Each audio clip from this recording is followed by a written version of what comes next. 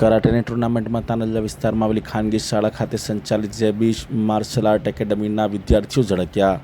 વડોદરાના તાનલા વિસ્તારમાં આવેલી ખાનગી શાળા ખાતે સંચાલિત ઝેબીઝ માર્શલ આર્ટ એકેડમીના વિદ્યાર્થીઓએ 13મી ઓત્સુકા કરાટે કપ 2026માં ઉત્કૃષ્ટ પ્રદર્શન કરીને ઝળહળતી સફળતા મેળવી છે. ગત તારીખ 16 ઓગસ્ટ 2026 રવિવારના રોજ વડોદરા શહેરના જે સોમા તળાવ પાસે આવેલી ખાનગી શાળા ખાતે આયોજિત આ સ્પર્ધામાં એકેડમીના ખેલાડીઓએ કરાટે કાતા અને કુમિતે ઇવેન્ટ્સમાં વિજેતા બનીને કુલ 20 મેડલ્સ પોતાના નામે કર્યા છે.